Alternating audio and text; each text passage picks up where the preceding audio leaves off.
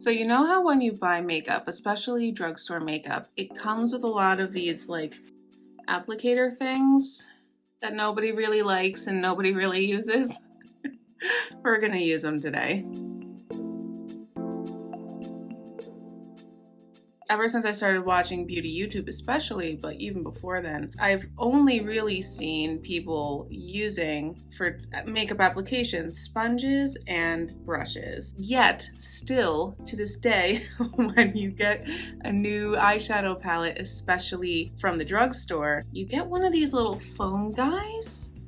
I got this like kind of recently too. This little brush that's like square. There's two different brush ends, but they seem to be basically the same. I just got this Rimmel Stay Matte not too long ago, and it came with one of these puffs. And I got the Physicians Formula highlighter, and it came with this very thin little brush guy. Now there are definitely eyeshadow palettes that also come with included brushes, like the Anastasia Beverly Hills palettes. I don't feel like I want to use this today. This is different. This is a different caliber. People use that brush. It's a good brush. I like it. I just want to do a full face of makeup just using the weird little included things just to see how they work, if they're actually good, if they're worth including. Or if I am using a product that doesn't have one of those, then I'm going to use my hands. Good old lefty and righty. Just see how that goes. To give myself the best chance of success, I'm going to use my Pure Crystal Clear palette because I find this to be really user-friendly, very trustworthy formula. I already put on a layer of my two primers that I use.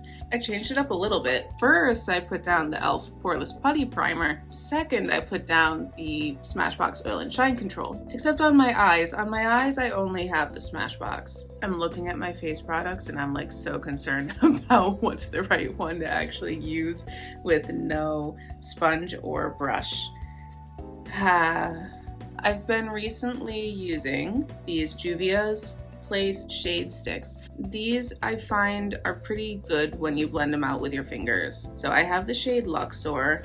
I think it's like a tiny bit dark, but it's kind of hard to tell because I'm always using it here in my like filming setup with particularly bright lights. And I'm still figuring out if it's exactly the right formula for my oiliness, but it's really nice in my dry areas. Oh my god. I have not applied foundation with just my finger in so freaking long, man. And you know what? I bet the fact that I'm using my finger to put it on instead of a sponge or a brush, which inevitably kind of picks up the product and shears it out a bit, I bet that has something to do with why it looks so orangey. Oh, the cake. This is not to be negative toward this product because I like the shade stick, I do. This is all about application techniques. I know you're not supposed to like rub foundation into your face. I know you shouldn't do that, but it was too layered up. See, more sheared out, it makes more sense. The color, but I'm still playing with it. That's why I got 3 of these shades. So that was the shade Luxor. I'm gonna have Lima now, so I'm gonna do a little conceal. Now the finish of this is rather dewy and skin-like. That is a problem in my T-zone. So I'm gonna use the Rimmel Stay Matte to set this foundation. And this guy came with this little puffy friend here. And I have not used a powder puff since like middle school, man. So this is gonna be fun. I'm gonna, this is gonna be bad. Go back, go back, go back. Go back in, please. It's just spilling all over. Okay, that was too much powder. Moral of the story. Oh my god, it's all over me. So this is also highly messy, not using a brush. I don't hate using this thing. It's a little bulky, a little imprecise.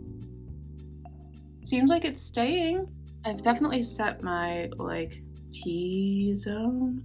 As we put on my eye makeup, as it warms up under the lights, we'll see how the foundation meshes with this application as opposed to a brush. I feel like it's a more full coverage using one of these guys instead of using a brush. Next up, since I just set my face with powder, let me also do a powder blush, powder contour, powder highlight, powder bronzer, all of the powders. The only thing I can think is to use this little brush that came in the Physicians Formula highlighter as my entire face brush. I'm gonna use my LA Colors contour. This is from the dollar store, but like I still use it because good shade, good contour. It's so flat, man. So I guess I'm gonna do that. And like, thank God this was included in something, because I was like, there's no way I can just do a whole face with like those little foam spongy things and like my fingers. It's not gonna work. Okay, I mean, that's not awful. Okay, that was better than I thought it would be. Let me do my Maybelline Fit Me blush, which is pretty like, this shade is called Coral. Let me, I guess, do the same basic thing. Nothing just happened. Absolutely nothing. Hold on. Let's really dig it in there and blush. Did anything come onto my face? Let me try, I have my e.l.f. quad. Because that blush is so natural, I feel like you can't even see it. I like this peachy shade in the top corner. I'm not saying they're gonna look good together, but it might be more visible. Yeah. Okay. You don't want to blend out, do you? Oh my god, it looks so different on camera. On my camera, it looks like I just splashed a bunch of orange all over my face. But in person, it looks like absolutely nothing has happened. Okay. Okay. Alright, I mean, I don't know if that improved anything. Let's do a little highlight. So since we ended up with this peachy blush, I'm gonna pull out a new highlighter. Ofra Talia Mar in the shade Soho. Gifted to me by my friend. Thank you so much. You know who you are. And it's this nice like peachy gold. Isn't this gorgeous? Oh my god. Same brush, because it's all I have, folks. Oh, so good. This is my first Ofra highlighter. My friend sent it to me. Thank you so much, because the shine. You see me shining. I'm a star. Now I think it's about time we can get into the eyes. The face is about as good as it's gonna get. Yeah, the only thing that I'm like not thrilled about, you can see my redness through here. Same on my nose. It's not perfect, and that's okay, I guess. I have two of these little included guys, so I feel like this is gonna give me a more sheer or like more ability to blend, and this is gonna give me more ability to like pack. There's this shade up here, Simplicity. I often use that as a base, so let me go ahead with my spongy guy. I'll get that going. I really trust this palette and this formula. If this is representative of Pure's eyeshadows, Pure's good quality, but also pretty beginner friendly. Is that what I should be doing? Is more like tap, tap, tap? Tap, tap, tap, tap, tap, tap, tap. Okay, I mean, it's there. It's not there. Same thing, other eye. See how it goes? Yeah, so I feel like this application is very uneven. Or what I think might be happening is I was using pressed pigments yesterday. Like this inner corner and my crease are both looking a little wonky. I really think that that has more to do with the staining from the pressed pigment and not necessarily so much to do with the applicator or the eyeshadow. Also, this is so tiny. This is taking so long to cover my eye. Oh my god, my life is so hard. So what do I do now to change colors? I guess I can use the same like my brush cleaner thing. I'm gonna try to get some springy vibes, I guess, going on my face. I'm gonna trepidatiously start with this shade Fine Wine in my crease. I'm not used to like having a literally perfectly square brush. Like, if you're gonna go ahead and include a brush, at least include a shape that makes sense for human eyes, which do come in many different shapes, but none of them are square. Oh god. Oh, see, I knew.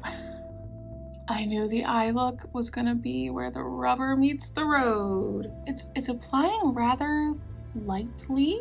Like, I know this shade, I've used this shade before. It's more pigmented than this. Oh god. In person it looks more manageable, but on camera, God, it looks messy. Let me see how it is with one of these sponge guys in my crease. First of all, it physically, well, I was gonna say it hurts less than this because this being so square, like the angle's kind of sharp and it's kind of pokey, but this does hurt. It's a little rough because of this like sponge material. It just hurts in a more manageable, controllable way. Yeah, I think the sponge guy is where it's at. Between the two included options, sponge guy is gonna give you some results. I was gonna say the results you're looking for. It's not gonna give you the results you're looking for, but it's gonna give you something. Can I blend out the edge of this? Is blending possible? I don't know. Yeah, I don't know. I'm gonna blend out the edge with my finger, I guess. All right, I'm gonna leave it be for a minute here. I think I'm gonna try to like distract from what's going on here by packing with this purple shade Showstopper. I've got nothing to lose. So, outer corner. It's a very pretty color. It is nice and bright and springy. So maybe that's it. Like foam sponge guy can be your friend if you angle it properly. Just kidding. It's imprecise. Why do they think anybody wants these? I can't do anything well. Yes, technically I have used this to apply color to my face, but like it doesn't look good. All right, let me pull back out my little square brush guy. See if this can do anything. Well, okay, it's a little better when you do a combination brush and sponge. Okay, at the end of the day, you're another day older. But we're getting something somewhere. Yes, it's patchy. No, it's not good, but it's workable. So off we go, I think. I'm gonna start with a lid layer of DM Me, I think. I expect this is gonna be fine. This like inside of the eye because this is the shape of the sponge. Yeah, it's definitely hard to like kind of blend the shades together. You know what? I'll use the shimmer shade Fashionista, this purple here, as kind of a transition shade between the purple and the DM Me shade. Let me get my brush. Let's see how that goes. Pink is too peachy. Okay, I kind of like that. I like that transition. I think I want to use this silver IDC shade as an inner corner highlight. I'm gonna try it first with this guy. I mean, it's there, it's very light. She's subtle, but she shines. It's hard to say. She's subtle, but she's subtle, but she shines. Ooh, I like how that looks. Inner corner and then like up into the crease.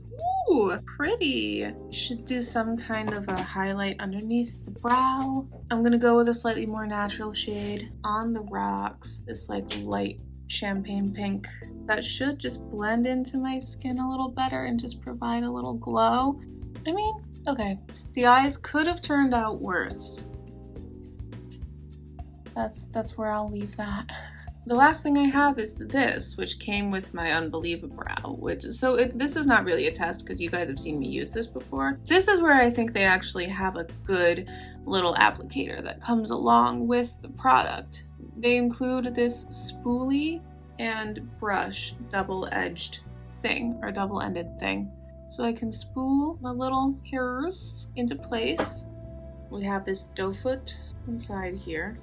We have this brush, and I do this instead of applying straight from the doe foot onto the eyebrow because that usually is just too intense. I have more control over it with this little brush guy that thankfully they included. So like, I know it can be done. I know that they can put thoughtful little applicators into products. I think that they just don't spend enough time trying it out and testing it. This isn't how the instructions say to use it, by the way. This is a technique that I've developed. Okay, I'm pretty happy with how this is looking now. The brows at least. And that's the thing too, is like, this is a very strong, powerful, pigmented gel. I'm glad I have my own tool to use with this. I have a BH brow brush that's a double-ended basically one of these, but like longer, a little softer. If I used that one with this, it would forever be like stained and covered in this. So I'm glad I have my own separate tool to use with this. Okay, next up is mascara, and that's kind of a given that, you know, you use the mascara spoolie to apply the mascara. I've been using the Maybelline Sky High. I do like this applicator because it's flexible.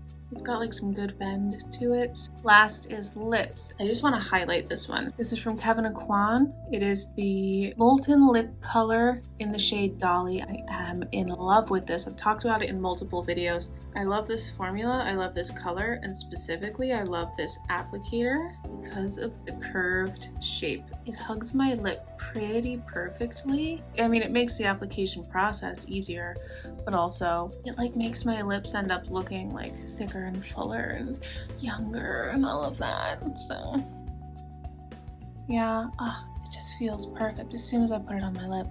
It's not going to be perfect for everybody, but it's like the perfect shape and size for my particular bottom lip. And then I have a lot of control over this tip as I go back in to do like touch-ups around the edges.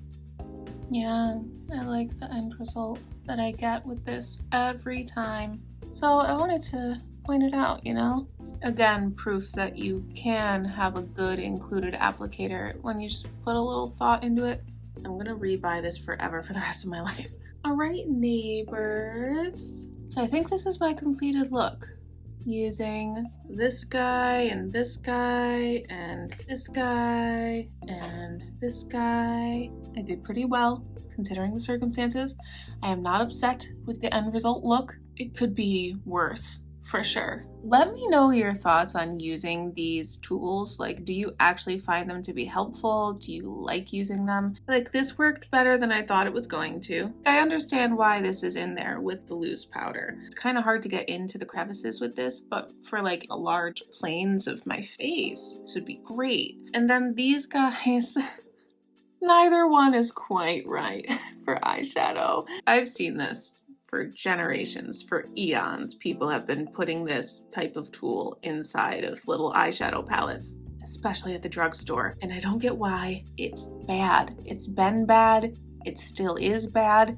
It's not getting any better. And in the year 2021, with makeup being the industry that it is, I don't know why we're still including this little foamy spongy guy, because nobody uses these. We've really got to up our game with little included thingies, or just don't include them. The amount of people who throw these things in the trash and never ever use them, it saves the company money not to produce those things, and it saves the environment a lot of waste, because these are not biodegradable. At the end of the world, after the nuclear apocalypse, these are still going to be sitting there, piles upon piles of these. Anyway, let me know your thoughts in the comments below. Did you enjoy seeing me try to work with these? Have you tried to work with these? Do you ever find success with these little included thingies? Applicators is the right word. Thank you so much for watching this video. I'll probably see you next for Fashion Friday, maybe for whatever Wednesday, we'll see. I really appreciate you and your time and the fact that you are spending your time here with me. So much love. Bye.